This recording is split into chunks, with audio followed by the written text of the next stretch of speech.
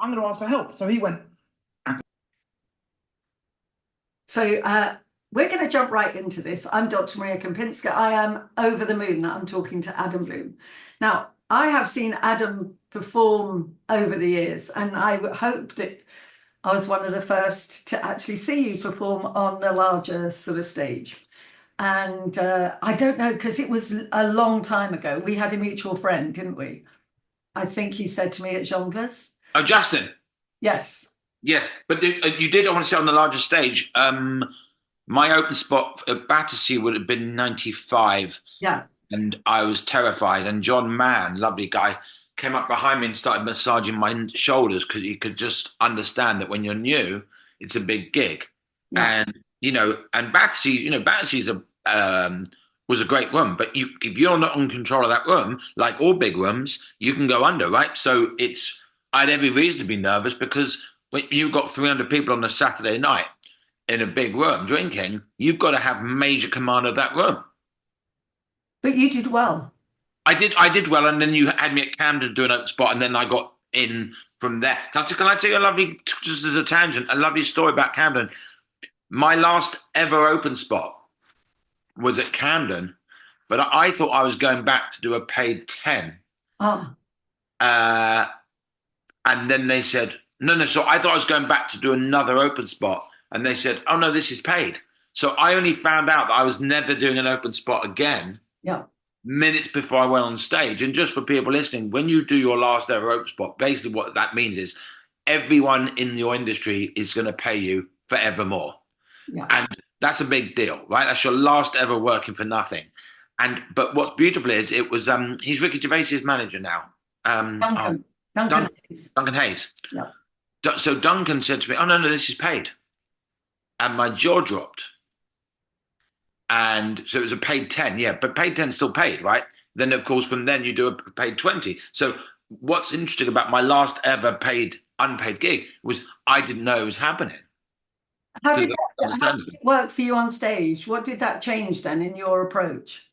It just made me feel like I was more validated. I wasn't being asked if can you prove you're good? I was being told I was good. Yeah. Paid gig means we believe in you, and open spot means we're testing you out. They're very, very different situations psychologically. But yeah, I mean, when you turn up to do an open spot, arguably you should be putting. I mean, you should be putting all of yourself in every gig you ever do. But with regard to putting that little extra, that little just like that, I would say that your open spots are the times to do that most because you are being effectively auditioned. But I'm a big believer. I don't like people when a gig's like 20 people in a pub. I don't like people when they don't put their heart into it because if an audience is watching you, they're giving you their time, even if they're not giving you their money. If an audience is giving you their time, and of course money is important too, you owe them a good gig, regardless of. So when people say, "I want to put a bit of extra effort in," because let's just says, "Oh, the commissioning editor of the BBC comedy department is in the audience. I'm going to put a bit extra in." I go, "Why wouldn't you put a bit extra in the first place?" Yeah, because you've got an audience anyway. Yes, you've got an audience. But at the time that you came and joined, and we were chatting, because in Battersea we had that corridor that you used to be able to stand in and watch the stage, which was great, great setup. And you were always on it anyway. So the whole process sort of evolved as time went on. How do we do that? How do I make sure that comedians feel comfortable and also get their best and do their best and, sort of are rewarded? Actually, that was crucial. And but you moved quite quickly through those steps. I remember Jimmy Carr said in one of his books, his many books, he said that when he got paid at Jongleurs, he knew that was it. I'm on my way to being a professional. Yeah. And I think where, sort of the Jongleurs style came in was when, because we had TV people, film producers, radio, everybody down there right from the 80s, which was great because it was a larger room and so on. And we had Saturday Night Live trying out there in the 80s. Wow. So I had people like Sam Kinison, Emo Phillips, Rita Rugner. I have a portrait of Emo Phillips in front of me right now. I'm looking at. There you are. So, all of these great performers. And so I've seen a lot. And when you came on, it was fantastic to watch you command the audience because what we're going to talk about, obviously, is your book The Comic Genius, which I think is a very generous book by all accounts. I can't wait to read it myself. I showed you my 10-minute stand-up that I did for charity. So well done, you sat through that, which taught me a lot. Sat through that. There were a couple of really good lines. And also, we're going to talk about mental health, because there's this misnomer about mental health. There's a misnomer about comedians all being depressives. And of course, I did my MA and PhD all about the mental health and the mind of a comedian, because I think comedians are the sort of biggest factor for change in the world. I've always said that. I said it I passed my PhD and I said that. Great comedians can affect change globally, and we can talk about that. So there's a lot to talk about, apart from how you see the world, what you've experienced, your training, and also your book. So let's mention your book now, so that everybody. So my book's called Finding Your Comic Genius, and it from extensive, there's not so much research, but talking to hundreds of people who've read my book and reading hundreds of reviews, it would seem apparent that I've written the only advanced book on stand-up comedy ever written. And those are the reviews, Ricky Gervais, Jim Jeffries, and so on. Well, no, they're people who. These are people who give me quotes about. No, they haven't said that about my book though. Oh, they've said that about you. They've said about me, yeah. So doesn't that reflect in your book? It is, but my favourite quote is one from Rich Hall on the back of the book that says, Adam says stuff about comedy I didn't even realise, because he's read a chapter from the book and went, wow. Yeah. So that's the most, a quote I got from Harry Hill is about writing the book. Like, this is the man for the job. Wow. Which is, but the Ricky Gervais quote's about my stand-up, and Jim Jeffries read some of the book and said, no one on earth knows more about stand-up comedy than Adam Bloom. So yeah, all of those, as you know, performed at Jongleur. So I've seen all of those. And the art of your stand-up, because this is what I love about stand-up. If you get it right, it is yours, isn't it? I teach stand-up, you know that. I do it as a mental health thing, so that I do it in 6 steps. We can talk further about that at some point. But I really believe in the value of learning to find your own comedic voice, which is what you write about. But also, not only that, is you give people hints and tips on what to say. But what I loved about your work and what I love about your performance is you give 110% into your performance. You are so on it. It's almost like, it's almost, you have to record your show in order to remember. You're a bit like Robin Williams was. You have to stop and listen to it again and again to get everything in there.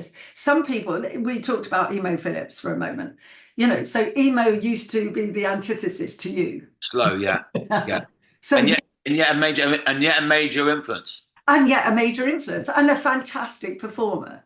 But to have that confidence just to say what he had to say. But what I'm saying is different styles. But for you, you are so generous. It's like going into a store full of sweets and, you're having a choice, and then you come back and you go, oh, I don't think I looked at everything. Yeah, I do. I mean, you and 100 people have said to me, hey, and, slow down a little bit. When I try and slow down, it's like I've got brakes on a car and I'm going downhill, the brakes on, and the brakes are going, oh, this is hard work. And I don't, it's not the best analogy, but you get my point. It's not natural for me. No, but that doesn't matter. You manage it on stage. What I'm saying is, as an audience member, you want to see that because that's who you are.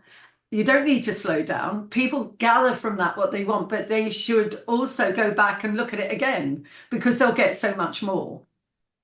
And this is your gift, isn't it? This is your uniqueness of your delivery, because there aren't that many comedians that did. Well, as I said, Robin Williams used to do that.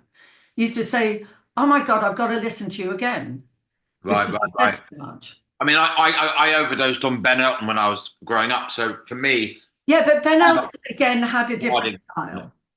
Hey? Ben Elton had a different style. So you're the one-liner. You're punch, punch, punch, punch, punch. Line, punch, line, punch. Oh no, his was opinions. Yeah, but my point was, he influenced the people who influenced me the most was Alexis Sale and Ben Elton. Yeah, Alexi Sale, So great. Alexis Sale just the just spurting off madness, Yeah. and Ben Elton was the 100 mile an hour, and apparently Alexis Sale influenced Ben Elton. So in actual fact, my influences influence each other, or one influenced the other. So it's all that very, it's a cycle, isn't it, of just people.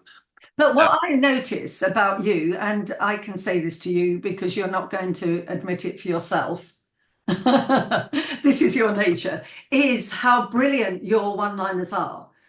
And you said that there was a review I read about your book, and you say, keep going, just because it works, it might not be good enough.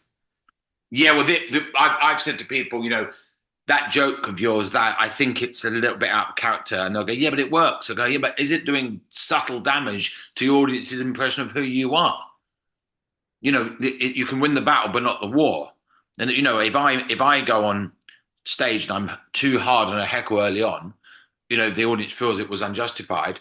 I can never be playful in their eyes because I've shown an aggressive side that means nothing I do is playful seems authentic, even though it is authentic. We've all got different sides, we've got different moods, and a Have you persona. ever done that then? Have you ever come back on a member of the, I mean, let's face it, I've seen thousands of shows, but Yeah. have you done that and has that taught you a lesson, or have you just observed that in other No, comedians? it's happened to me, and it's awful. I've maybe 4 or 5 times ever. I've got heckled early on, gone in harder than is deserved. The crowd have gone, God, he's aggressive and nasty, and everything I've done is all that seems like unauthentic because they're going, no, no, no, you're not that playful guy. Well, we're all things, when people go, I met Prince. What was he like? Well, he was how he was in that 5 seconds of his day, that particular day. You can't judge a person's personality on a 10-second exchange. I've been rude to people in my life. If I'm in the wrong frame of mind, I didn't like the way they spoke to me. I've been offish to somebody when they've been offish to me. And other times I've been really warm to people, a bit offish to me, and killed them with kindness. Any one of those moments doesn't describe who I'm like, but a persona is going, I'm going to take the bits of me that make me funny, get rid of the bits of me that don't help that, and present this package. Yeah. So if I go on stage and I overreact to a heckle, and the audience has won that demographic instant vote when the room just as one decides that was fine or that was not fine. I saw something the other day. The crowd went, "Oh!" and they backpedaled furiously to try and adjust the audience's impression of them. But my point is, if you've got jokes that contradict the message you're trying to get across, then they're fighting to get an impression of who you are to your audience. And Doubly that's exciting. good comedy. Yeah. And coming back to that, because you're hitting on something very important about the comedic experience on stage.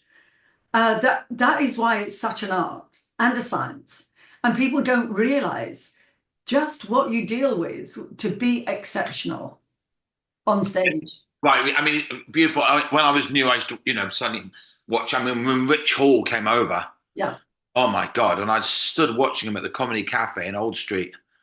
And I wasn't even laughing. My jaw was open. I went, every movement, every sound, every idea harmonized this package, which was this unbelievable original thinker.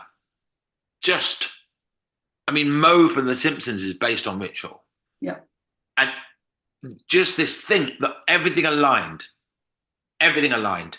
And I saw brilliance. I saw brilliance. And when people think, oh, my mate Steve could do stand up, yeah, maybe Steve's funny. Maybe Steve, with a few years of thinking about it and doing it, could do stand up. But being funny doesn't mean you can do stand up. No, but let's come back to that because we're talking about personalities and original styles of comedy. So Sam Kinison, I saw him do stand up. You know who I mean? I have the same birthday as him. Sorry? I have the same birthday as him, December the Oh, 8th. there you are. So he died very close to his friend and co-stand up. They worked together in Houston. They were amazing together on the same stage. Bill Hicks, and they died very close to each other. And he died after he'd given up drink and drugs in an accident. Really sad. But he was so aggressive on stage. Men absolutely loved him. And for me, it was like, whoa, this man is like ripping the energy. He was like a nuclear explosion, Yeah, wasn't yeah, it's phenomenal. and absolutely amazing. And then you can engage with the laughter because it was just a totally different style. So we need great comedians. We need good comedians. We need, so comedians that can make everybody laugh. I love that. But then you've got those that are original or supra comedians, I call them, the ones that can affect change in the world. Now, just because you're great doesn't mean you can affect change. It doesn't mean you can make people rethink their values. And that's what I think you're talking about.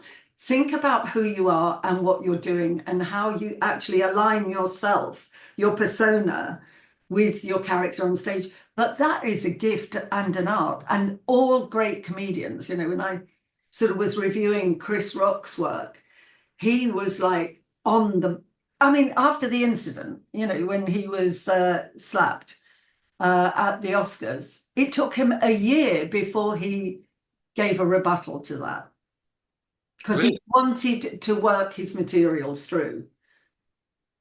Yeah, he's a perfectionist if ever there were. I mean, his early stuff. I mean, maybe even the first 4 DVDs were just phenomenal. That he was on top of the world, wasn't he? Just staccato. Every word was relevant. Every syllable was relevant. Yeah, he was incredible, and that slap was absolutely disgusting. If a cameraman had slapped him, he'd be arrested and removed from the building. Yet Will Smith still did a speech. Like, it is a crime. He committed a crime. Totally. Hundreds of people saw it, and yet he was not even removed from the building. I think that moment was, I think it was a big turnaround for Chris, which I'll tell you about in a minute psychologically. But I think in terms of what was going on, how nobody stepped in and dealt with it. So if it was on my stage, I'd have been in there and dealt with it. How can you go on stage? How can you allow anybody to go on stage after and just think it's okay to behave like that? Because clearly there was more going on. And as we have experienced and we now know the stories behind, the personal, Will Smith and his wife's personal life, do you mean? Yeah. So there was a lot of that going on in the, sort of around. And I actually wrote a post about that. And the comedian that we both know said, oh, no, Maria, because she had problems with her hair. Well, she didn't.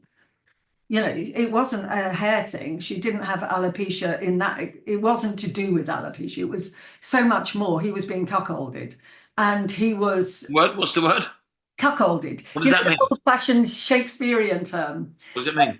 It means when a woman sleeps with another man. Right. Marriage, so you are betrayed by your lover, is being cuckolded. Oh, wow. Is that specific gender-wise, though, is it? I think so. I think it's for a man, yeah.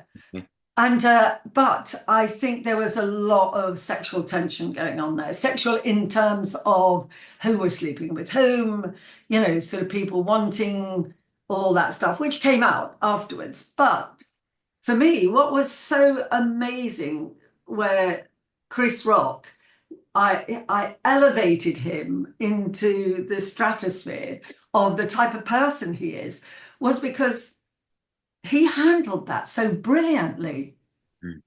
Had he fallen apart, had he walked off, had he been knocked over, because he's a slight guy, he's not a tall man. No. And Will Smith is massive. He could have done a number of things, but he held it together and he continued. That held the show together. It was incredible. And also he even said something like, oh my God, that was just the most incredible cinematic moment ever, or something like that. Not cinema, TV moment, totally. But his background, he was brought up on the projects. Now, Dave Chappelle, when he started doing comedy, said he was brought up on the projects, the council estates. But he wasn't. He used it as a tool to get... No, I love Dave Chappelle, by the way. So do I. And so they're great performers, both of them. But Chris... He came out late and said that he was kind of upper working class, wasn't he? He wasn't... Yeah, exactly. Yeah, so his parents were, teachers and things, much like Ben Elton and all those people.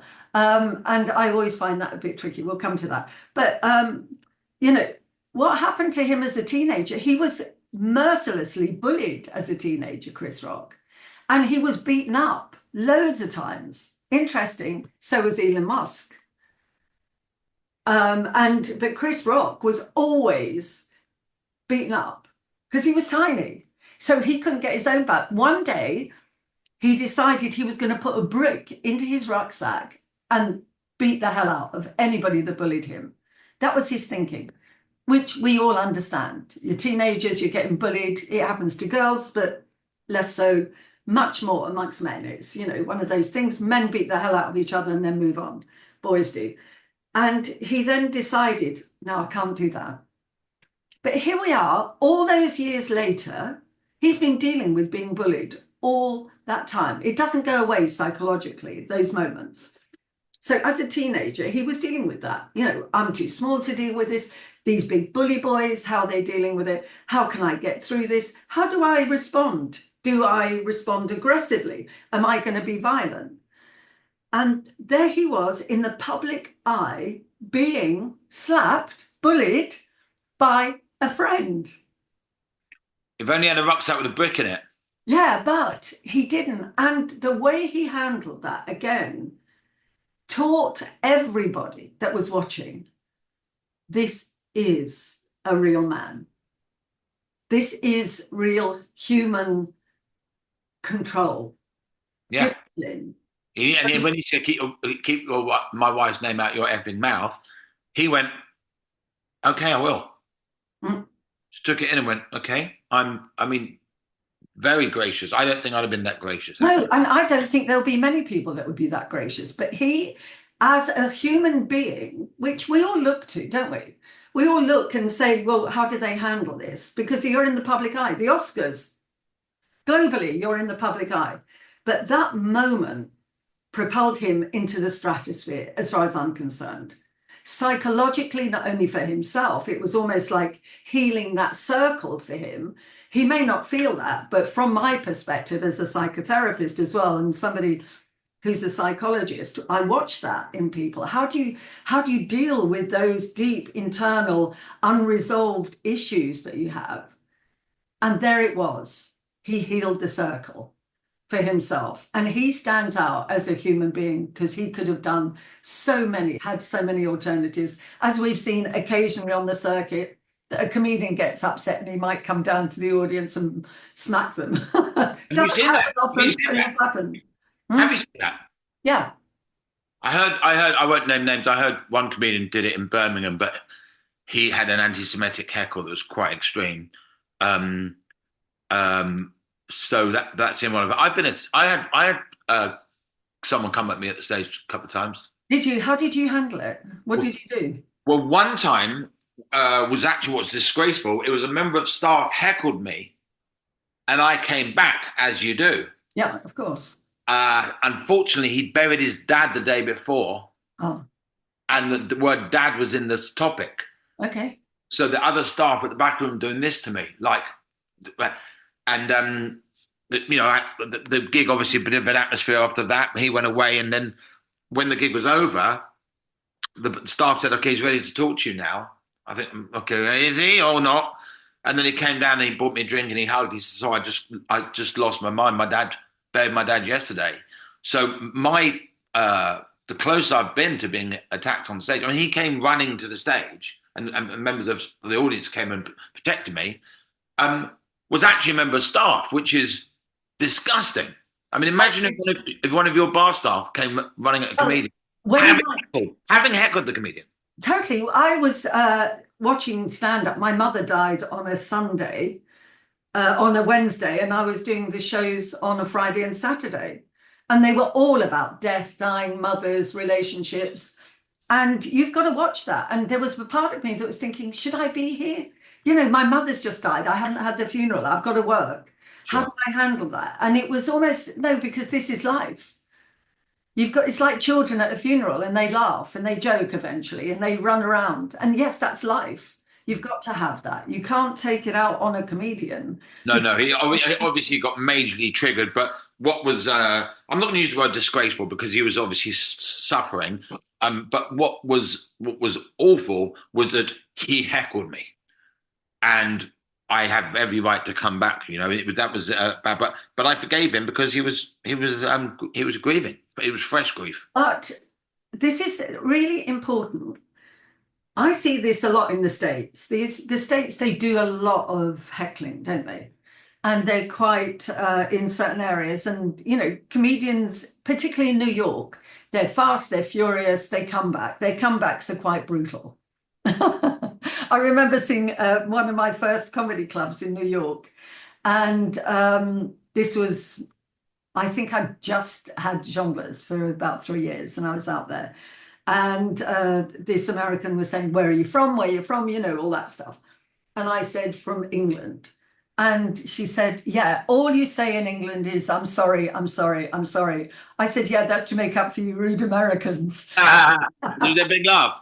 Yeah, it was great. And Lovely, that's the good thing. lovely. You've got to be able to take it. But equally, you know, I think the owners of clubs have to step in as well. So that wouldn't have happened, I hope, under my watch. And it didn't happen. So when the comedian that I'm talking about came off and went for somebody, we went in and stopped it. That was fine. He went back on stage. It was all put to bed. The audience understood why the comedian came down from the stage. And the audience member, who was super drunk, was escorted out. Calm down. No, And then you go for back. me, I don't know. I'm no. You have, in my opinion, you have to keep a professional. I had the most horrific front row, quiet, whispered heckle at me. He said a horrific thing. I'm not even going to repeat. And my brain went, "These are only words. These are only words."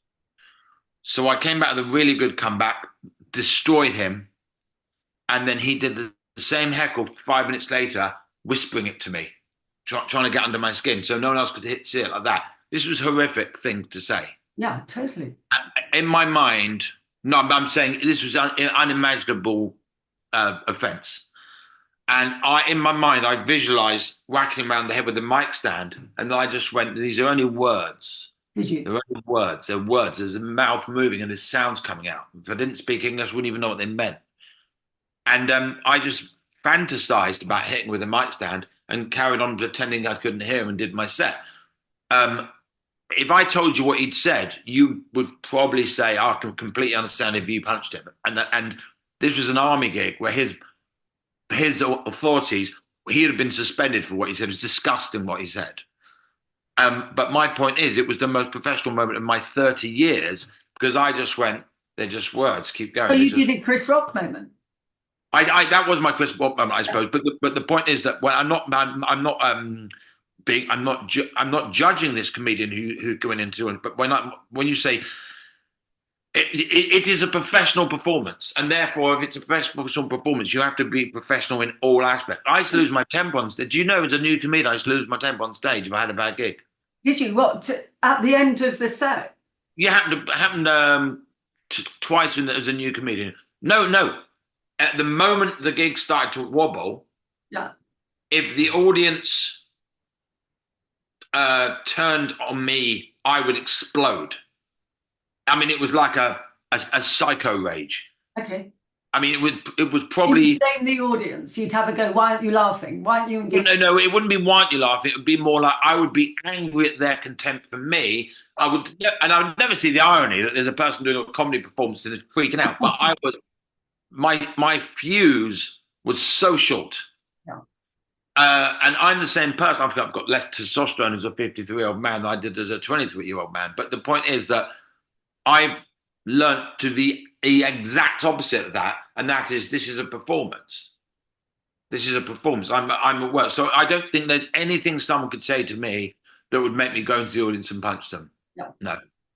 No. Interesting though, isn't it? Because what happens in the mind of a comedian when you're on stage, you've got so much going on, haven't you? So that for that to get to you, for you to, well, the audience, you can tell, you pick it up viscerally, don't you?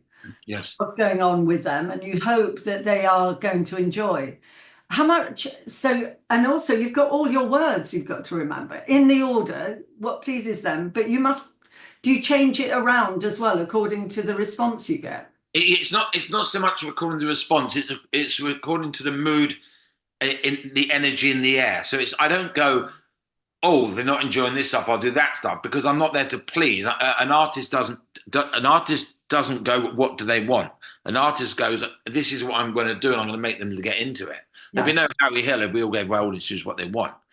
What I do is I would adjust, for example, if I want to do a story, I will not just do it at the part of my set where the story is A, B, C, here comes the story at D.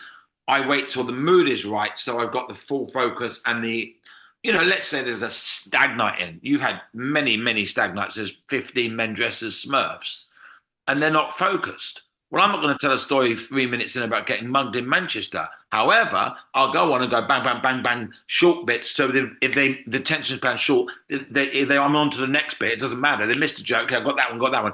And then when I've got everyone's full attention, I'll go, I got mugged the other day. Who's been mugged before? And I'm 2 minutes into the story. I look over at these Smurfs and they're hanging on my every word because what I've done is I've waited until the moment to do it. Now, that's not giving them what they want. That's giving them what I want to do at the moment it's appropriate. Yeah. There's people look at comedians as artists or crowd pleasers. So Harry Hill's an artist. Harry Hill created something that was so different. The whole comedy industry looked up and went, "Oh my God!" Right? He didn't ask what the audience wanted because he gave what they didn't know they wanted. That's a phrase Arnold Brown told me. The difference between a performer and an artist. The difference between a performer and an artist is a performer gives the audience what they think they want, and an artist gives what they didn't know they wanted. So my point is, you can still be an artist working a room. You're not going, oh, they like this, I want to do this for them. I'm going to be really rude for those big groups of lads, because those big groups of lads might end up liking Milton Jones more than you being rude, because he gave them what they didn't know they wanted. Just because they're lads drinking doesn't mean they only like hearing about lads drinking. Milton talks about moths being the captain of a sea ship. And again, the Smurfs will lean forward and go, what happened to the moth? Because he excited them to do something different. But it doesn't make you a crowd pleaser if you manipulate the room rather than just go, I know people who go, this is my set. I go through the exact words. Okay, some nights it goes well and some nights it goes badly. It only goes well when everything in the room's set to your plan. So changing, I've never done 2 sets in the same order in my career. Not since the first, 6 months, maybe a year. So what made you change then from being reactive to the audience in an aggressive way? At what point did you decide I'm not going to do that? And how did you control that? Professionalism, understanding of the tools. I mean, if you were a security on a door and you were 10th down black belt and somebody punched you, you wouldn't freak out because you controlled. I think they learn to fight the adrenaline rush. So the adrenaline rush comes and they fight it. So then they're in control rather than just that. You're once you become a professional slick comedian, you're able to think properly to get situations solved. So I don't go, I'm losing my temper because it's not going to plan. I was like a spoiled child, just throwing my toys out the pram. But when you go, okay, this is what's happening. This is why I'm not engaging. I'm going to reapproach it, get this, do that, sort it all out, and get on top of it. But I start recognizing your physical change then inside you, where that moment of sort of retaliatory aggression. Did you start going, oh, here it comes, so I'm going to make sure that doesn't... No. I think it's a very good question. My God. I think I grew up at the same rate that I got better. Yeah. So what they saw was a very unskilled, angry young man who grew up into a thoughtful, middle-aged man who wasn't as angry. And when he got a moment that could turn, was far more... My professionalism outgrew my lack of control of my temper. So what I turned into was a very, very, very different comedian. Because I could have a bad gig. I can have a bad gig and a corporate environment, and I can just keep going. I had a tough gig the other day. It wasn't even a corporate, just a baddie kind of setup. It wasn't bad. It just didn't look right. The room just didn't look right. You walk into a room and go, this isn't going to be great. Yeah. And that's not a self-fulfilling prophecy because the compere didn't do great. And the act after me didn't do great. I didn't watch the whole show, but the point is that I just kept going, smiling, being grateful for the little laughs I got, making disclaimers, little jokes about a little, I've got many. I've even got material I will bring in specifically because halfway through it, there's a sort of what looks like an ad lib that's a joke about how badly the gig's going. So I do this bit of material specifically, a whole story, because 3 minutes into that story, I make a joke about the gig not going well. That's funny. It's not, oh, this isn't going very well. Oh, you're not a very good audience. If you're going to dress a gig going badly, it's got to be funny. Otherwise, it's just better off just not dressing it at all. Be funny about the gig going badly, and they'll have their empathy. I've had a corporate gig that was going really badly. I did one joke about it going badly, and they loved me because they were, oh my God, he knows he's rubbish. Oh, thank Yeah, God. or they take it as touche. Because, when I put gigs on in the city, they're all, sort of, yeah, I'm the lad. I've got banter with the boys. I can do this and I can do that. And then they take on the comedians. And if the comedian can come back with something, which is what you did, they go, yeah, he's one of us. We can relax now. One of us. He's won. He's won. He's won this particular sword fight. And, when I've observed that and I saw, you can do that. Stephen K. Amos does that as well when he does his stuff. Is there a joke that regardless of your audience, always works? A line, a joke, that sort of, because you've got so many. Well, I remember Hammersmith. You had that venue at Hammersmith. I do. You mentioned my turban joke that you loved. Do you remember the joke about the turban? And the funny thing about the turban joke is, no matter how badly a corporate gig's going, the punchline of that joke, because it's got a topper, for listeners, the topper's a punchline on top of a punchline. So you go set up, punchline, extra punchline. Because the topper is visual and comes out of nowhere, that's the only joke I've ever come up with that's never, ever failed, no matter how badly it's going, because the topper hits you by surprise. So they can be staring at you going, this guy's not funny. This is such a boring act. I'm not enjoying them at all. And the topper has never failed. And I can't say that about a single line because in a tough gig, your best bit's not funny. But do you decide as you're waiting in the wings and you see the audience, as you've just said, and we'll come to how audiences have changed, or, sort of different areas geographically, how they change, or different countries. But do you wait in the wings and you think, right, I've got to do this joke. I've got to do this one earlier, that one. When we're talking about knowing the audience and how they're going to respond to you. I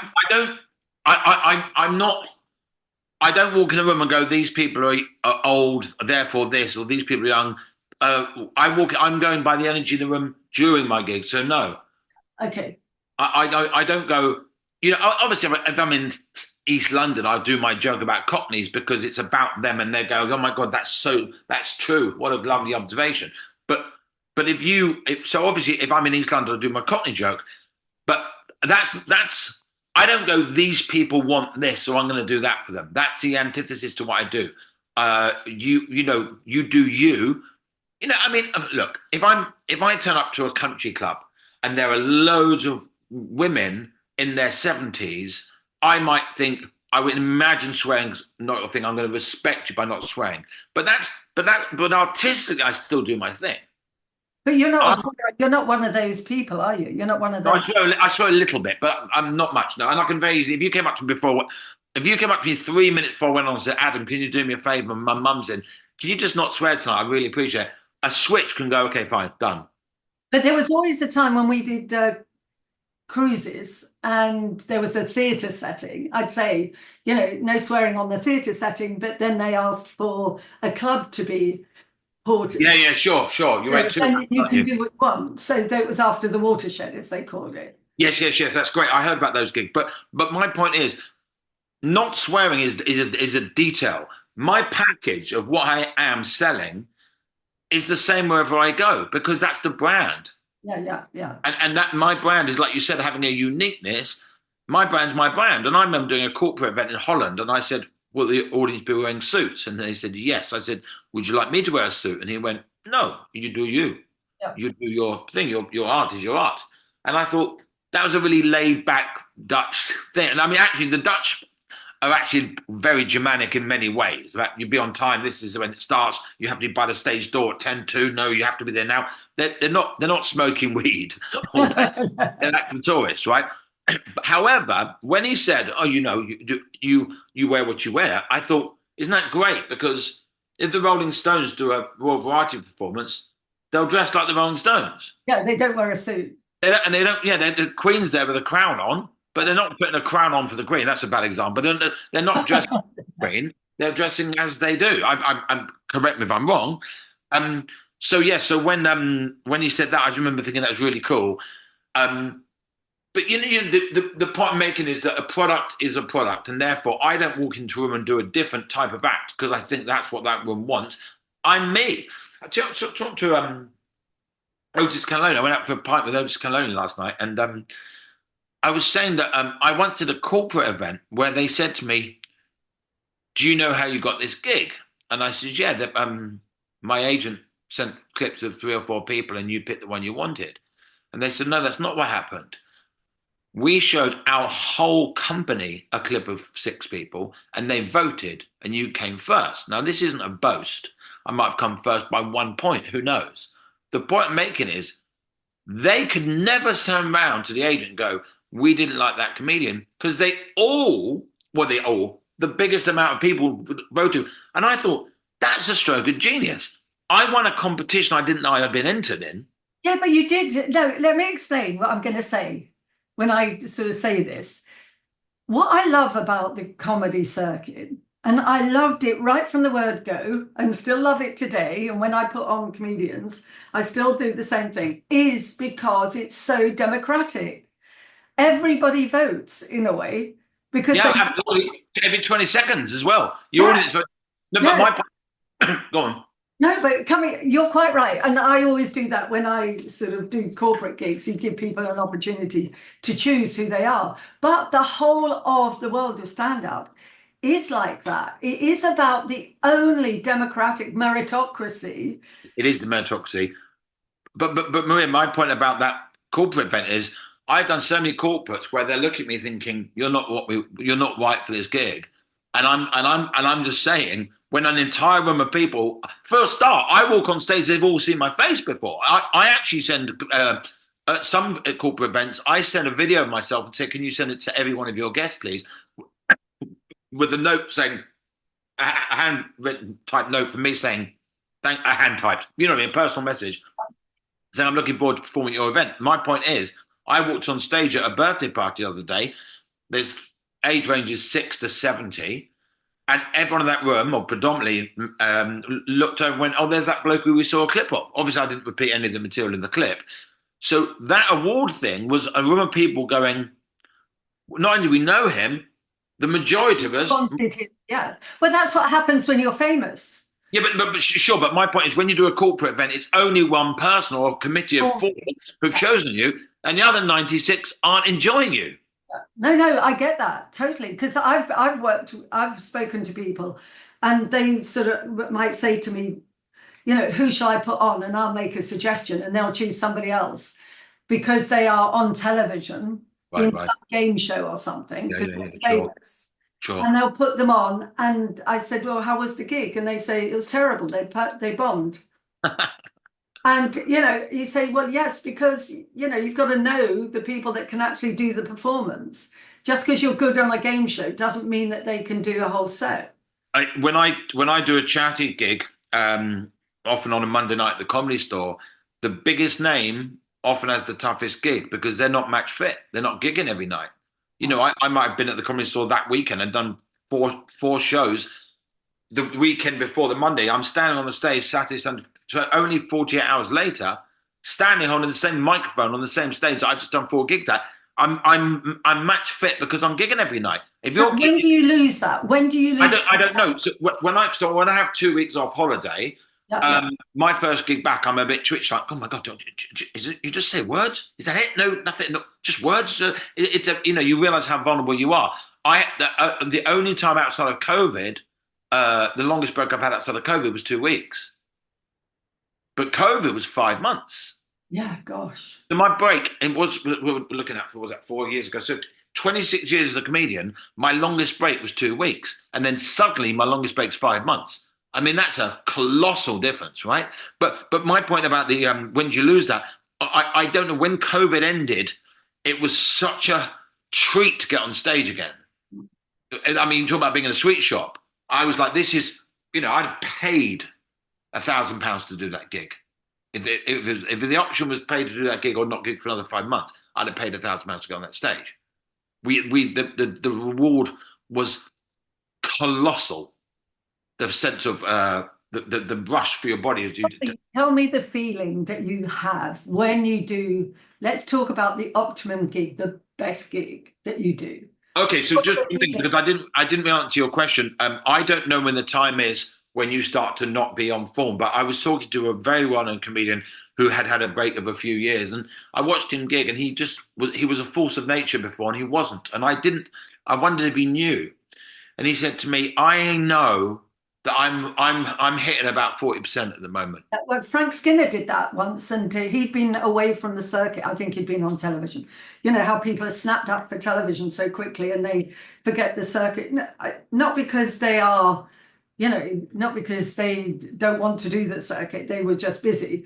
And he came back on and did a set. He did it brilliantly, actually. He was great because it was a busy charity gig.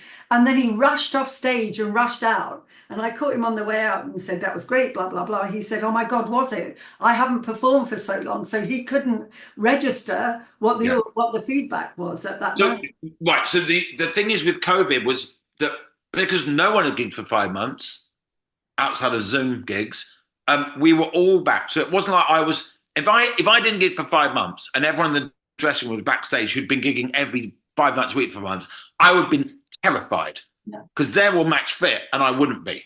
But this COVID was different. I mean, I can't imagine what that feels like, the fear. no.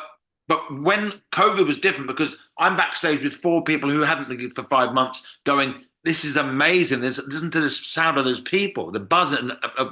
This was an outdoor gig with people with blankets and hats and flasks because they wanted to watch comedy so badly. They were prepared to sit in a field and what we're like on a bandstand, high stage. So I didn't experience the fear because we were just all so grateful. We were grateful. Whereas if you've taken 5 months off to do a sitcom or something like that, you may be grateful to get back on stage, but everyone backstage is used to gigging. And that's my point about the charity gig. You've got the big name who's used to doing an hour and a half on stage. They haven't gigged for 4 years.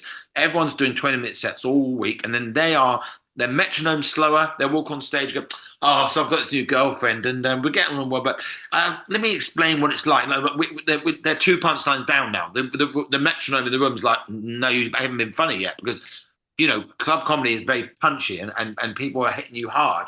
So my point is that the biggest name on the bill at charity gig is very often the one who has the weakest gig because it's keeping a muscle. It's keeping a muscle going.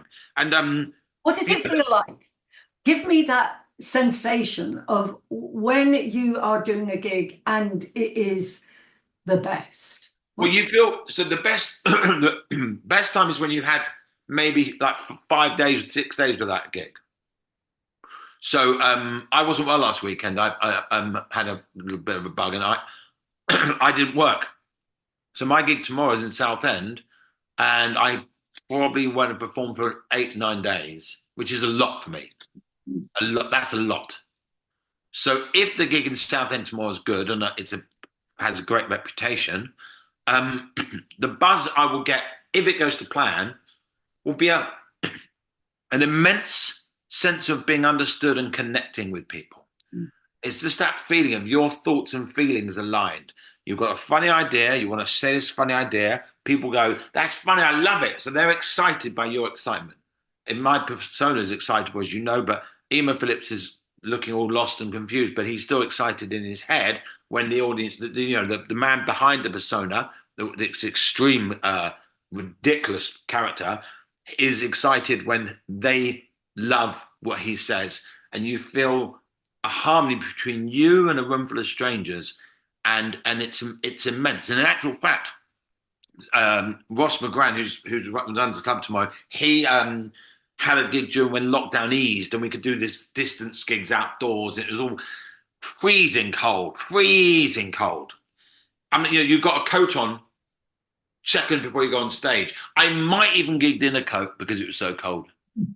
And I at the end of my gig, I said, "Listen, I cannot put into words how much this means to me." And I said, "If I could afford it, I'd give you all your money back because this isn't about money. But sadly, I haven't earned any money for 5 months. I very much need this money. But if I could afford it, I'd give you your money back because I've got more out of this than you have.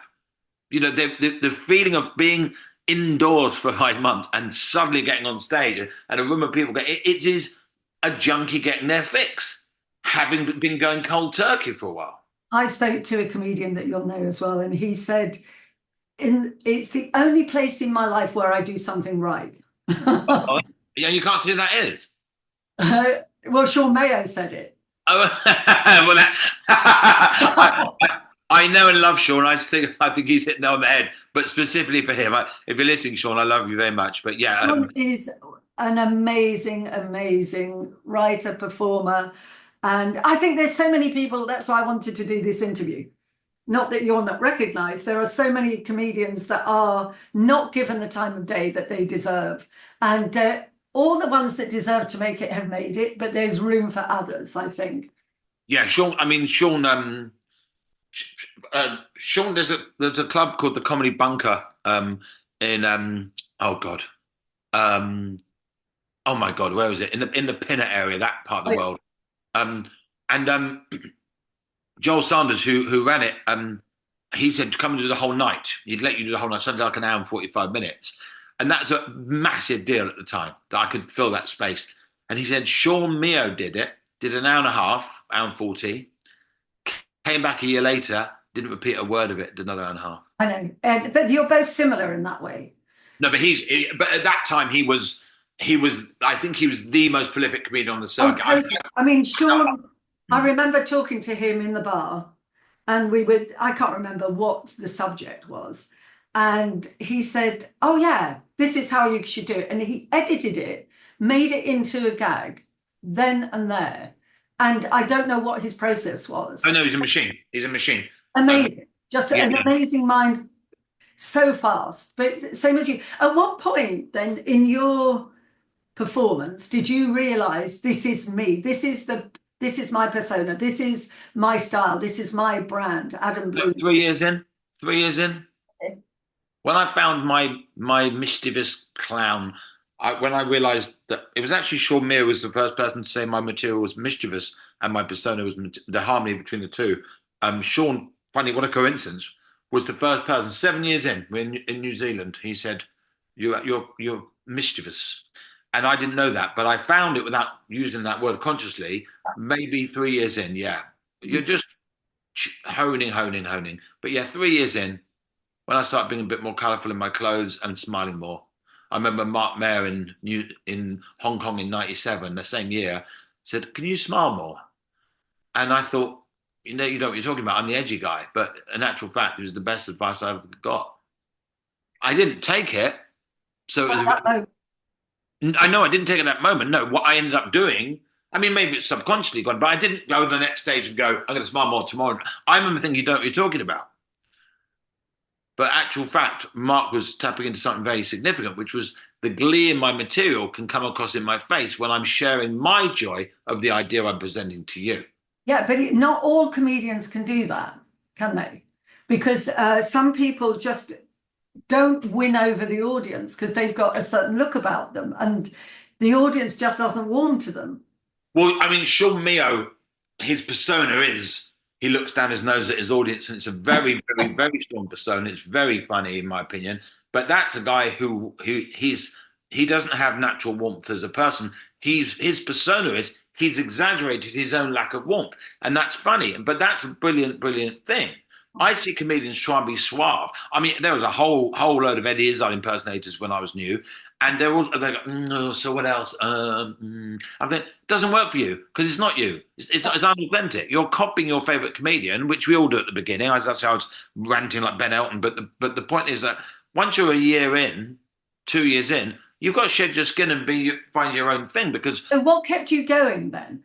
Got you from that first set that you did? You went on and you thought, right, I'm going to continue trying. because it was working from day one. Obviously, you have bad gigs when you're new more often, but it was working for day one. I was just evolving. Yeah. I was enjoying. You don't throw all your wardrobe of clothes away and buy a new wardrobe. You just gradually get new clothes, new clothes. Some people can't bear with the rejection. What I did always worked. It was just becoming more authentic. I was trying to be a bit Bill Hicks. I wanted opinions to shock. Yeah. It's like, that's not me. It always worked. It just became more authentic, and by being more authentic, it worked better. Because Ben Elton wasn't funny throughout. So Ben Elton isn't a one-liner. He sets it up. And so you could say about 60% of his material was funny on a good day. Yeah, and also if you watch it with the volume down, you wouldn't even think you're watching a comedian. He doesn't have funny But jokes. He it you was know, something that everybody warmed to. He just worked. yeah. But the Sean Mio thing, what is brilliant about Sean Mio is, as nice a guy he is, he's not a warm. He doesn't have a His warm. persona isn't that Yeah, one. you wouldn't want him selling you kitchens door to door, would you? No, no, you wouldn't expect him to be in a care home with your grandmother. No, sure. So yes, But as as we both know, he's a great guy and just brilliant talent. hmm. And Yeah, so he's yeah, just a brilliant talent. So and there are great comedians like that, I think, on the circuit. And yet there are others that I've seen 30 years later still doing the same material. yeah. I don't want to name names. Someone was moaning to me about their career, and I thought, write a new joke. So your book, that's the good segue into your book. What inspired you? Um, actually, I want to. Can I film myself saying this? Yeah, of course. Okay, there we go. So, my friend Adie Lloyd, who's a magician and an actor, said to me, "Adam, you've got to write a book on stand-up. You're a walking book." And I said, I've made excuses like, "Oh, it's too niche," and we make excuses to avoid risk of failure. So if I go, it's too niche, that's my way of saying I won't do it. If I won't do it, then I don't have the risk of it flopping. And then eventually he told other people I was writing a book. It's very clever. It's like, I didn't write a book. It's like, oh my God, now, people go, oh, what's your book about? And anyway, and then my dad died and I just was a little bit of a slump. And then New Year's Day, 7 months after my dad died, I went, right, new leaf, give up drinking, start writing a book, all on the same day. And that's it. It didn't stop. So I'm very grateful to AD. And that's why I'm filming this few seconds to send to him. Great. And, Still an insufferable prick, though. but the thing is, it's not just that. It's not just fear of failure. It's the work that goes into it. So how did you decide this is what I'm going to do? As we're talking, you're very, you're critical, you're observant, you're dissecting your own performance and other people's performance. You look at the persona, you look at every aspect of performance, you're conscious of the audience, you're very conscious of your art form. Thank you. So writing a book was basically I wrote down every thought I'd ever had on comedy, and then trimmed down 20% that I thought was waffle. I thought if something's more boring than it is useful, then it's got to go. You've got to find How do you decide that? So I'd read it back and go, what would I be thinking? I was reading this. I'd be thinking, God, he's going on a bit. Right. In actual fact, I look at the reviews, and the only reviews I've had, including a journalist, I've had 2 4s, 1 3, 1 2, and 1 1, and the rest are 5, like maybe 150. Yeah, I've seen that. Right. So it's got a 4.8 average. But of those 5 reviews that were not 5 stars, 3 of them said that I went on a bit too much. I over-explained or I waffled so I think if 3 out of the 5 people who didn't think your book was perfect said you went on a bit, I think that's probably fair to say I went on a bit. The 100 and whatever 65-star reviews who didn't say I went on a bit obviously got more pleasure out of those. It's like a director's cut from a film. Your favorite film, you want to watch the director's commentary, but you watch the next scene and you go, I can see why they cut that. Yeah, cut that. So my book, I cut 20% of my book. Maybe I should have cut 30% of my book. But the people who wrote the fives obviously liked the detail because they were really absorbing everything. You know, that's why you'd want to watch the director's, your favorite film. You'd love to watch the director's cut, wouldn't you? Oh, There's yeah, more totally. of that. And that's what they do at the end to try to keep the interest going, the funny bits.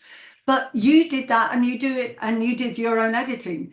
So do you have enough information inside you to do another book? Or is No, no.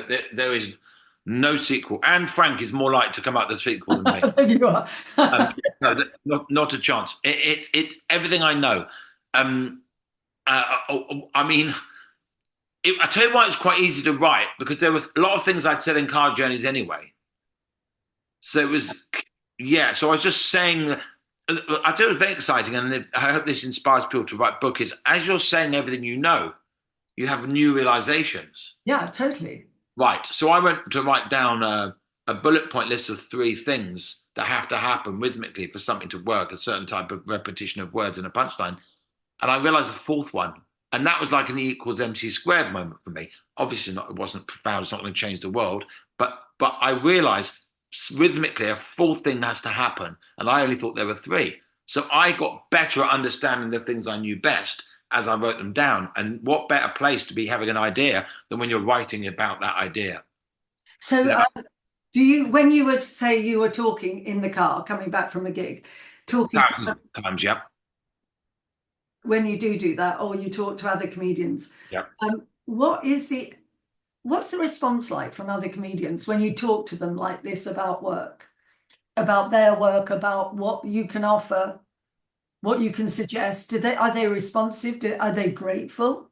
Well, I mean, obviously, Car Journey Home can be up to four people, and they're all talking, and I'm listening to them as a new comedian. I'll be listening to learning from them, and now as an older comedian, some of the younger ones are learning from me. But it's not Car Journeys, of course, aren't just me talking or giving advice. It's just that when I explain something, I've already got those words in my head. I'm just putting them on paper for the first time. So I would say 70% of that book is things I've said before. Yeah. But no one person's heard more than 5% of it.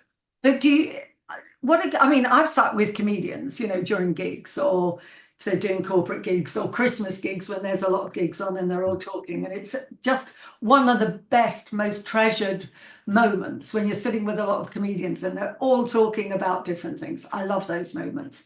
What's that like for you?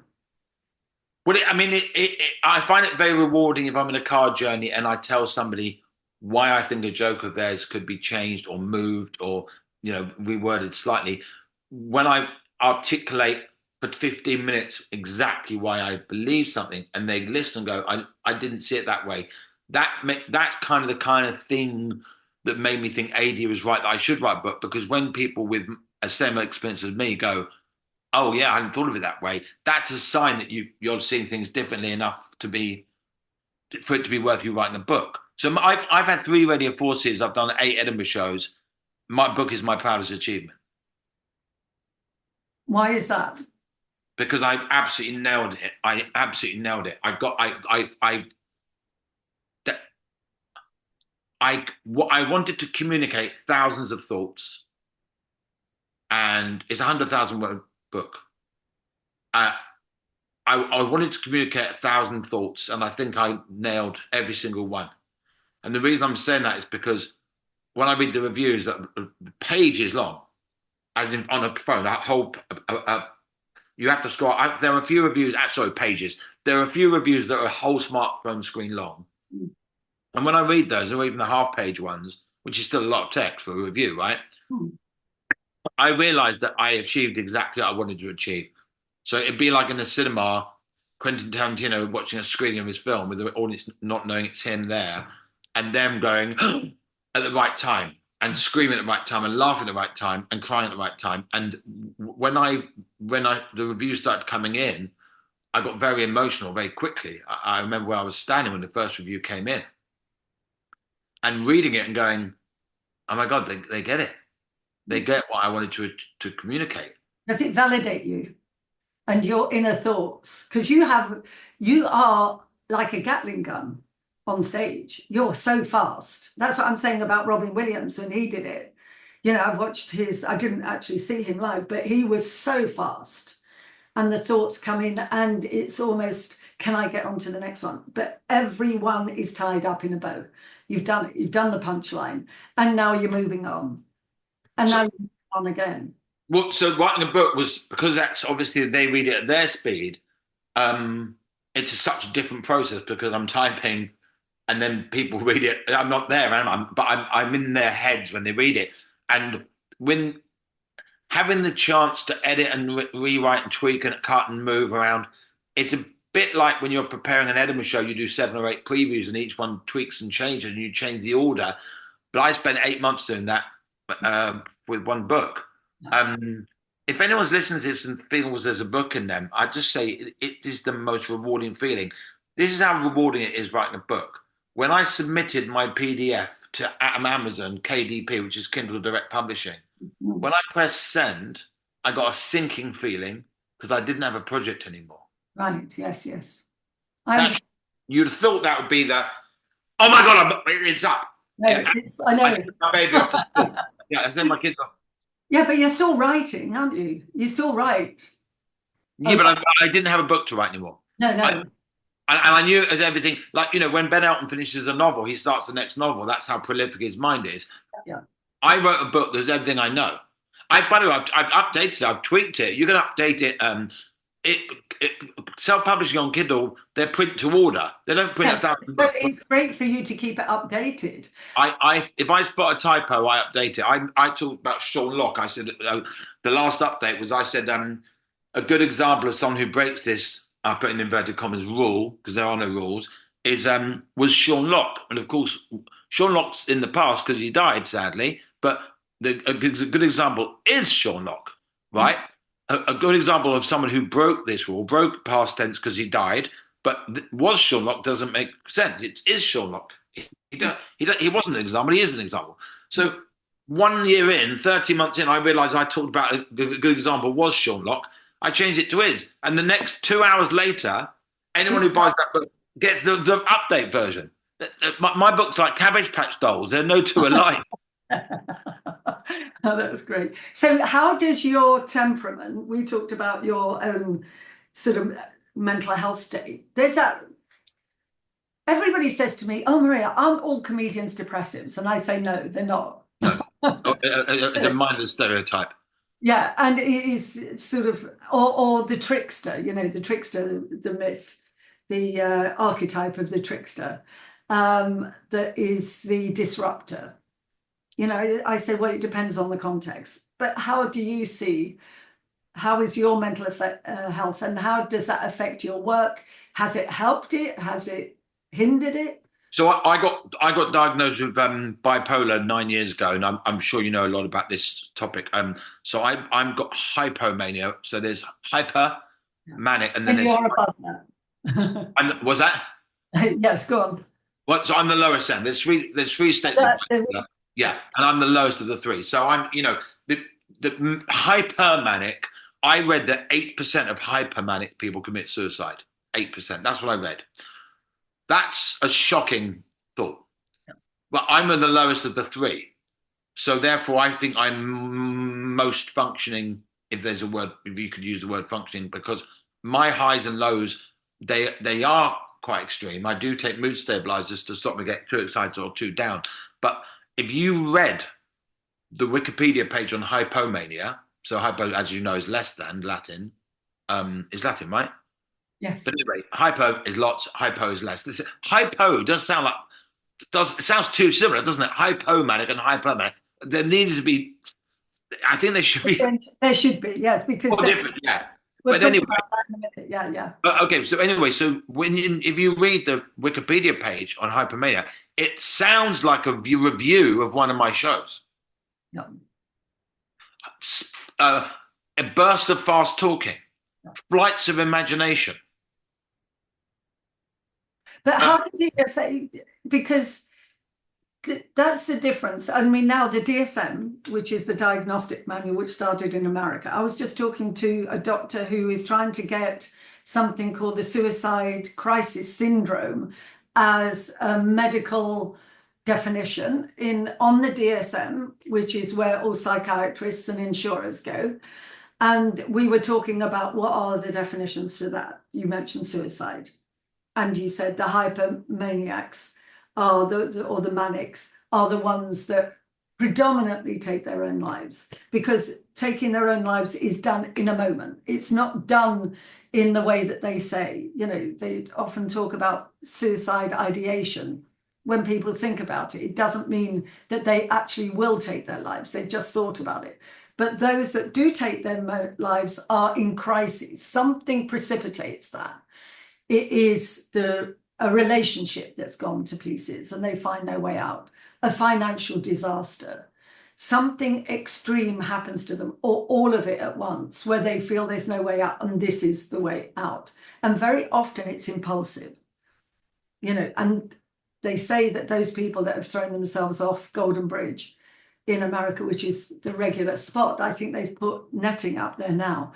One guy who actually stayed alive, because it's quite a long way down into the river, he actually lived, and he said halfway down he thought, oh my goodness, why have I done this? I shouldn't be doing this. So there's a lot of those people that think once they've tried that, they wish they had found another way.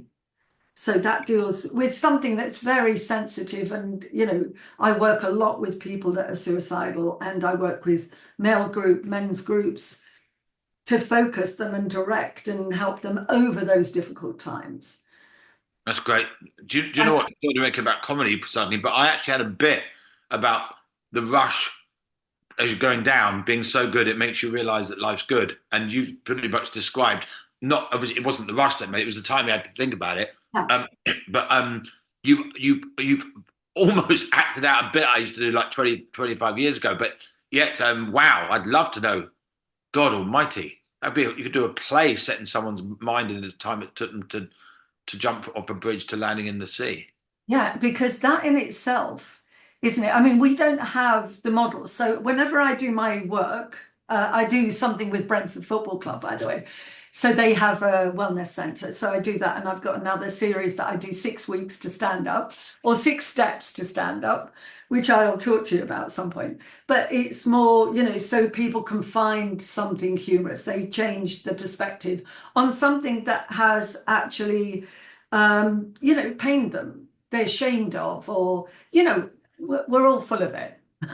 There's not one person, we're human beings. Everybody has got something we're ashamed of, or we've done something wrong, or we are taken over by moods. Something happens to us. And one of the guys that I had, his wife, they had IVF to have children, and they had twins. And he translated that into a comedy set. He said it was the most healing thing he ever did. He never thought that he would be able to take that, because he was the one that had a low sperm count. All right. And he as opposed to her. Sorry? As opposed to her. As opposed to her. And he said it was because he put it into a comedic framework for him. Right.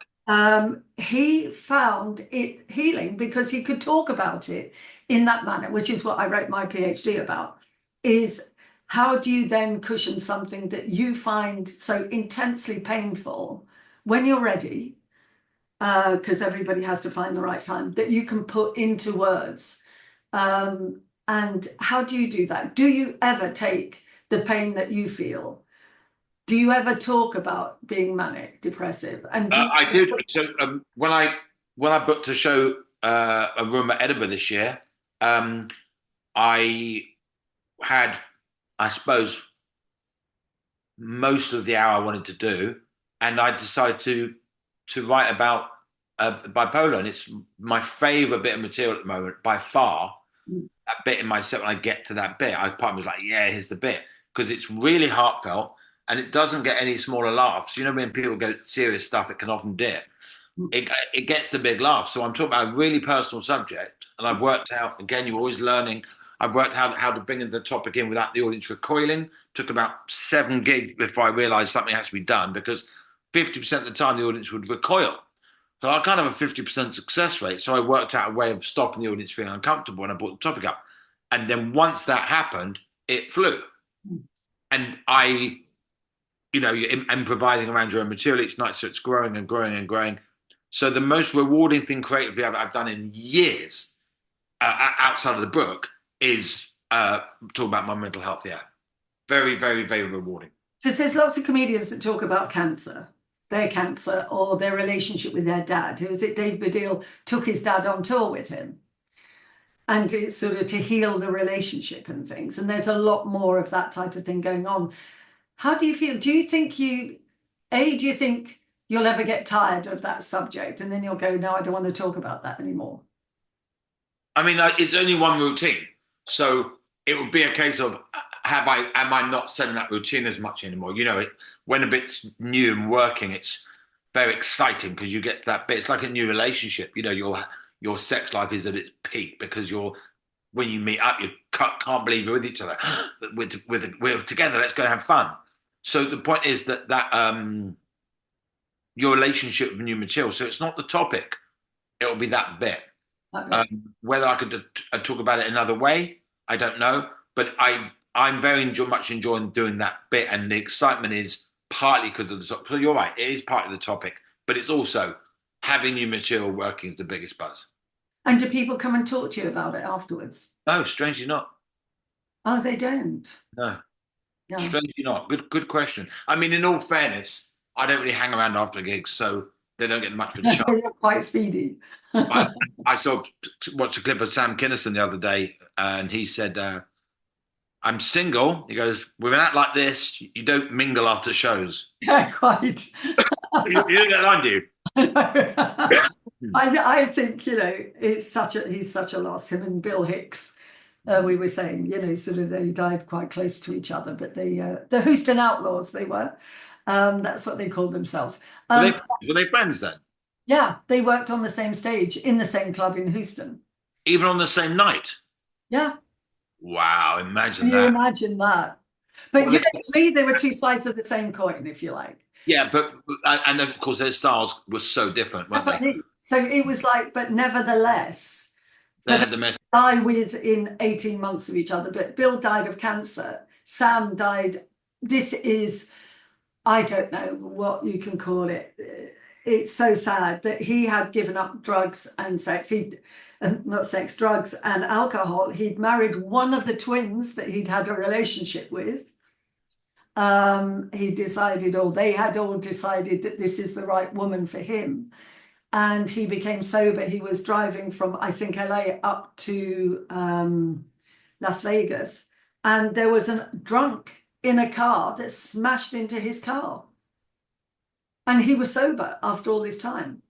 And that's how he died. But apparently, as he was dying, it was almost as if he was talking to somebody saying, okay, yeah, okay.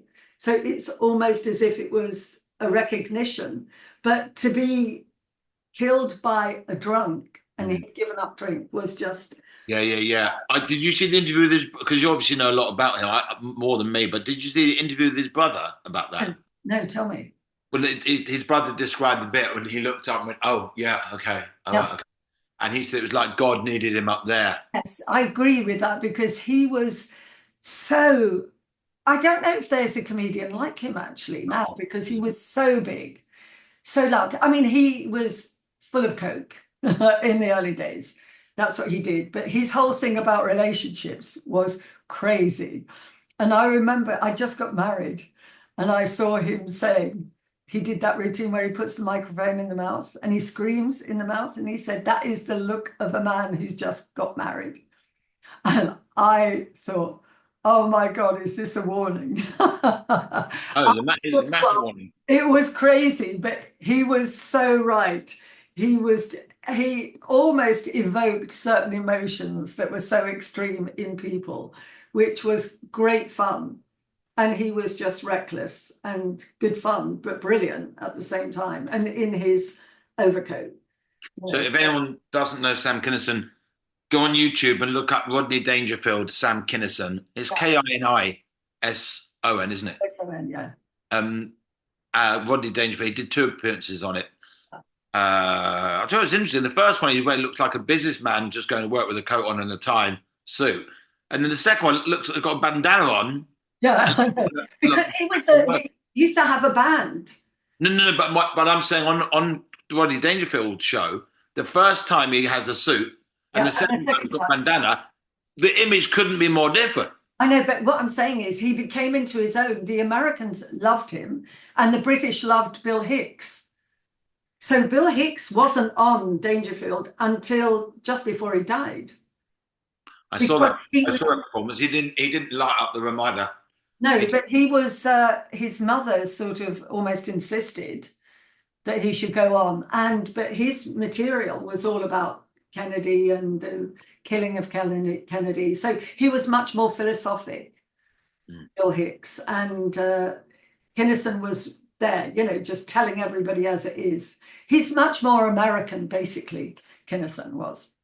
But you don't get many comedians like that to the pound. So, talking about that and great comedians, who do you think, oh, I'd love to be on the bill with that person?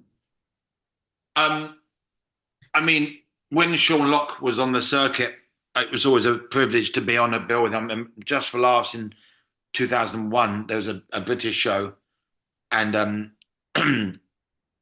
Sean Locke, just I watched him in awe, absolute in awe.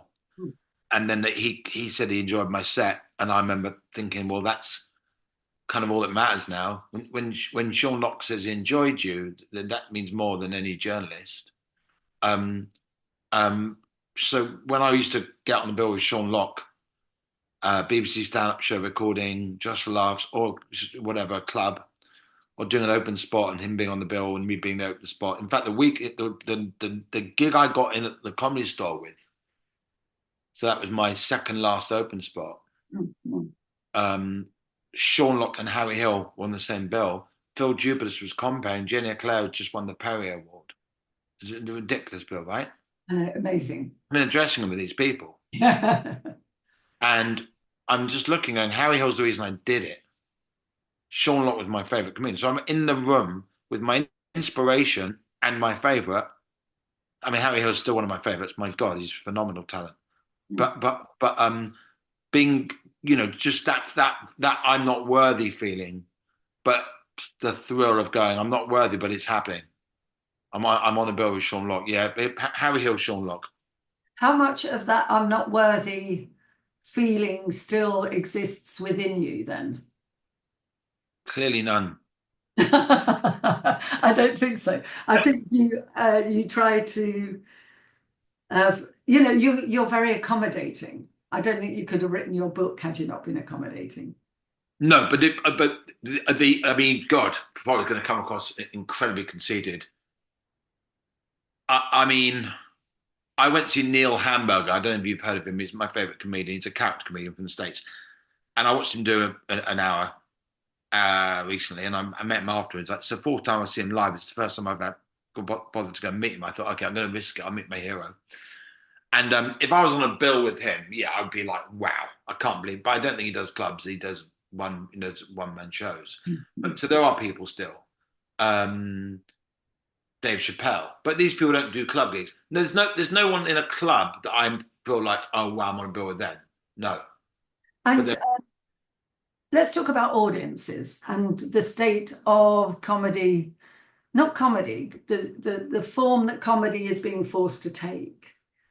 I always worry. So when I say to people, if I'm doing a show, which I've got to get back to doing more, I'm still talking to people. I would love to do more, is abandon PC all those that enter here. say that again. Abandon PC all those that enter here. That's what I say. You can't be offended. You can't be offended. You've got to take it on the chin, haven't you? Yeah, there's a club called Comedy Unleashed. They do it in the backyard in Bethnal Green and one in Leeds somewhere. Yeah, no, what I'm saying is that the audience at the moment, how tough are they? How critical are they? Oh, very, very easily offended. But this is why I'm saying that there is something similar to what you're talking about, which is Comedy Unleashed. It's basic free speech, and it's like you cannot be offended there. You by being offended, you're making a fool of yourself because this room is a safe space for not being a safe space. Yeah, and you've got to just take it on the chin and just accept it. Yeah, I mean, somebody said there's a comedian on stage who was heterosexual talking about a gay friend. They weren't homophobic in any way, or shape, or form. And an audience member wrote to the club and said, "I'm gay," and that made me feel uncomfortable that he was going to make fun of me. So I didn't have a good evening because I was uncomfortable. Like, so you're complaining that someone might have offended you. You wrote a letter of complaint. If nobody talked about their gay friends in case you got offended, you've just excluded a whole group of society from comedy. Thank God comedians will talk about gay friends, that they're not scared of offending, because if you're talking about a gay friend and you're not saying anything negative about them being gay, that's a member of society that's been discussed in the comedy club, which is what comedy is about, is the world, all in this room. We're talking about everything. So just the idea that someone would write a letter of complaint that they were uncomfortable, even though nothing offended them. The mere mention of homosexuality made me uncomfortable. So I'm writing to complain. Think this through. In the alternative that no one mentions anyone that's a minority. So therefore, Muslims don't get mentioned with love in case a Muslim is offended that you might offend them. Not offended, but they were worried, concerned. And I'm like, where would comedy get if people listened to letters of complaint that they were worried that they were going to be offended? Do you think, because you're closer on to the comedians on the circuit, do you think comedians are worried about this? Yes, I think comedians have. I was writing for someone recently, and I did an analogy. They wanted analogies for why something was ridiculous, and I gave an analogy, and it mentioned a couple in bed, a married couple in bed. He went, no, don't want to go there, in case it sounded a little bit sexually assaulty. It was the idea of a couple potentially making love and having a child. Marriage, reproduction, sex for reproduction. All loving, beautiful thing. But the idea that it was the man and a woman in bed, and the idea of the potential made him scared that there was a mention of something sexually assaulted, which wasn't in the slightest. So they backed to in case of, go, that is wrapping the whole world in cotton wool and going, I'm not even going to say husband and wife in bed in case it gets misconstrued. This is pandering to the problem. I totally agree. And it's terrifying. Comedians have a responsibility comedians who are challenging have a responsibility to challenge where these barriers are. I'm keeping the wall pushed. I'm keeping it pushed. I'm not letting you keeping that. I'm going, we have to have, you talk about comedians having an effect on the world. I feel that we have a responsibility to have effect on the world in the sense that when people are stepping out of line with regard to getting too easily offended, we have to challenge them. Just like a COVID vaccination. A friend of mine's a doctor, and she explained what a COVID vaccination is. They're giving you the COVID in a little sealed carrier bag, so it goes in, your body learns how to deal with it, but it doesn't. It recognizes what it has to do to stop it. So when it does come into you, it knows what to do. That's how it was explained to me. Well, in a similar sense, we've got to give you a little dose of controversy. Not Tim Vine, but comedians who challenge. I believe we got responsibility to give you a little bit of the vaccination by showing. There we go. There's a little bit of. Can I laugh at that? Can I laugh at that? I'm not sure. You mentioned race. Does that mean it's racist? No. Let me think about this. No, I can laugh at that. I'm giving your audiences doses of that to just keep telling everyone who comes into a comedy club that you know what, you will be challenged. I will talk about a black person in the audience. I will talk about a gay friend. I will talk about blackface. Not condoning blackface. I talk about the people who did blackface. I must be honest, right? I dropped my blackface joke because every single audience recoiled on it. So eventually I was like, okay, well, they've won. They've beaten me. Because every single time, audience recoiled. And one black woman had a fit of hysterics because she took the joke on it for what it was. What it was, exactly. But then Chris Rock had to change some of his material because he did a great set in his own culture. How do you choose about which jokes, when you write something, do you go, I'm not going to give that away, I'm going to keep that? When I write for somebody else, no. Because when I write for somebody else, I'm in their mind space anyway. I'm not thinking like me anyway. Right. So you're very adaptable then. Yeah, but also when you write for somebody else, if you write a good joke for somebody else, them getting that joke means you're more likely to get used again because you've just validated yourself and go, oh my God, that was really worth booking him for. Look what he's just done. So that keeps you going, does it, for the moment? You Yeah. and stand up. I've written for a lot of people, and since the book's come out, I've written for a lot more people Of because, yeah, so the book's almost an advert for my ghostwriting skills. But course. That's amazing. writing, you know what's like about writing for somebody else is don't leave your at home. There's no round trip to the gig. You literally open your laptop and you write. But you And still got to have lots of people aren't motivated, lots of people can't do it, lots of people can't switch mindsets into somebody else's way of thinking. no, that's true, and it took years to get half decent at it. But I'm just saying, when it takes me 2.5 hours to get to a gig and 2 hours to get back, that's my afternoon and evening gone, Yeah, and I get home. And sometimes a long drive, half the next day you're recovering, your body's recovering from the drive. yeah, You of know, course. staying alive for 5 hours on the road and keeping other people around you alive.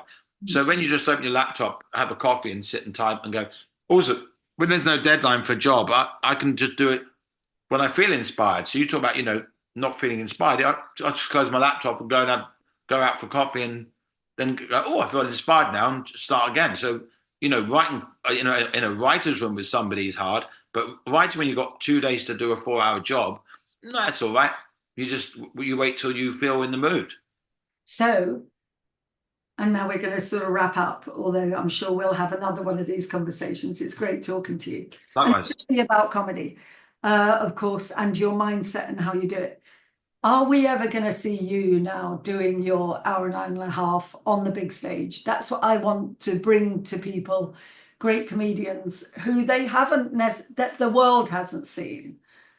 I think I had my 15 minutes of fame from, well, it was more than 15 minutes, but from 98 to 2001, I was quite on the on TV and whatever. And I've resided to the fact that it just didn't sustain for me. And that's cool. I didn't, I felt a lot of pressure at the time. My mum, when it all fizzled out, my mum said I actually breathed a sigh of relief because I could see you were struggling with the pressure of it all, having deadlines for new hour shows and, a lot of pressure. Looking back at 1999, a lot of pressure.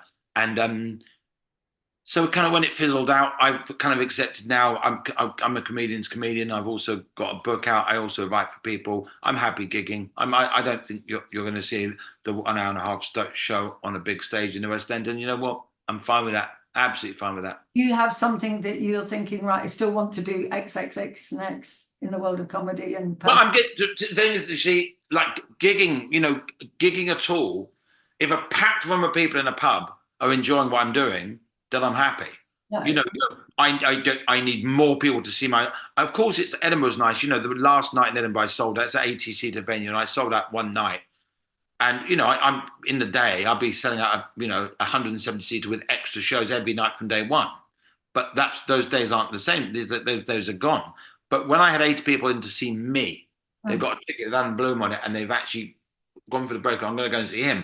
When I saw those 80 people waiting for me to go on stage, I felt so privileged that they've come, given me their time for me.